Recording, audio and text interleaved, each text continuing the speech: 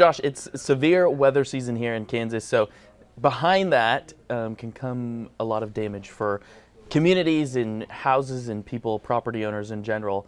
And even I would say then behind that, it sounds like we've got some scammers.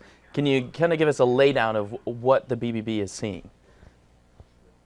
Yeah, historically in the Midwest, there is a tornado season, and we often see and hear about door-to-door contractors who actually do not live or are interested in supplying services or goods or help to those in the communities impacted. There is an entire contingent of scammers that is truly tracking weather patterns and then targeting communities with either door-to-door opportunities or social media ads, all under the guise that they will correct the situation and help that person get back on their feet. So it's a particularly challenging time for those who are already incredibly vulnerable to then be forced to delineate what is a realistic offer from what is a fraudulent one.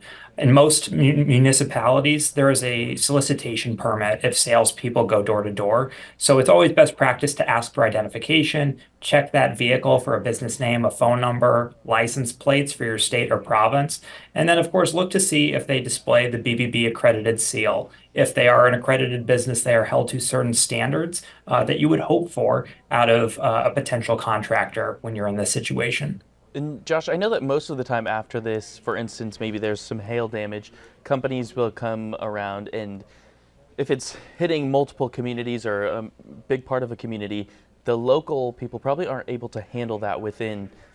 I know that that can get spent out for quite a few months. So that's when these people typically come in.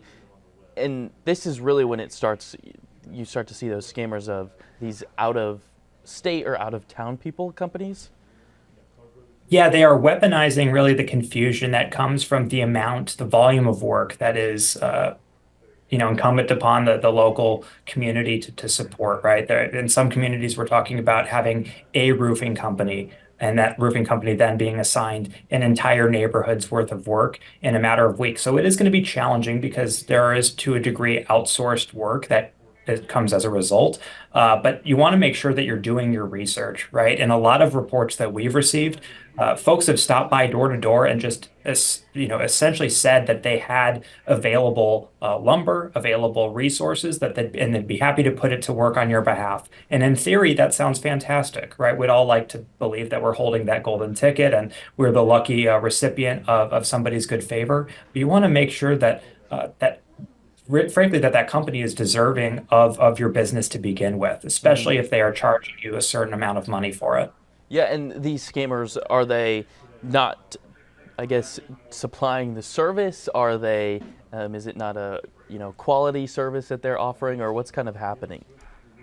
Yeah, in some cases, we're talking about contractors who actually do provide contract work, but they are very quick to walk away before the project is complete. In some cases, we are talking about folks who have absolutely no licensing, so no real reason to be doing the work, who are just signing up to, under the assumption that they can make away with that insurance check before any work needs to be provided and have no intention of actually providing that work. So it does run the gamut, but in nearly every case, the work is not up to code, the work is not up to standard, and the person is left footing the bill in addition to having to then pay double, right, to essentially, remedy the situation that a scammer has essentially created for them. So it's a challenging time to be sure, and nobody wants to go through the process quicker than someone who has just maybe lost their home or lost property due to, damaging storms. But you want to make sure that, again, you're slowing yourself down,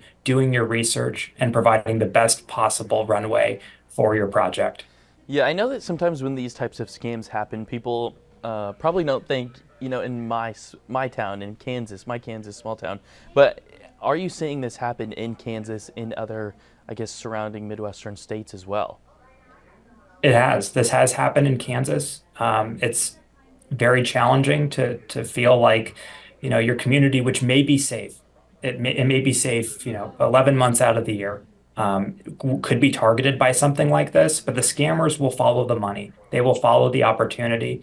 They will make their way into any community if there is a payout available to them. And so, what I would caution consumers is to really, reflect on some of these foundational principles of consumerism, doing your research, double checking, ensuring that company has contact information, ensure that that company is not requesting full payment upfront before you engage with any contractor, especially in the wake of a natural disaster. Yeah, Josh, is there any specific report, I guess, scammer report that sticks out that's happened in Kansas?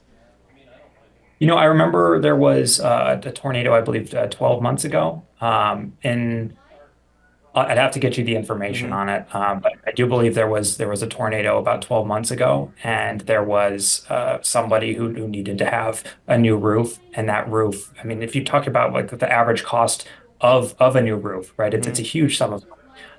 But they ultimately ended up paying for two roofs because the first roof was actually not provided by someone who was licensed. It was somebody who came into town specifically to scam those who were most Yeah. vulnerable. So Yeah. this is something that does happen. It happens in communities big and small, and states big and small. It happens consistently year after year. Yeah, unfortunately that happens. So, Josh, from the BBB, are there any prevention tips so that this doesn't happen to you?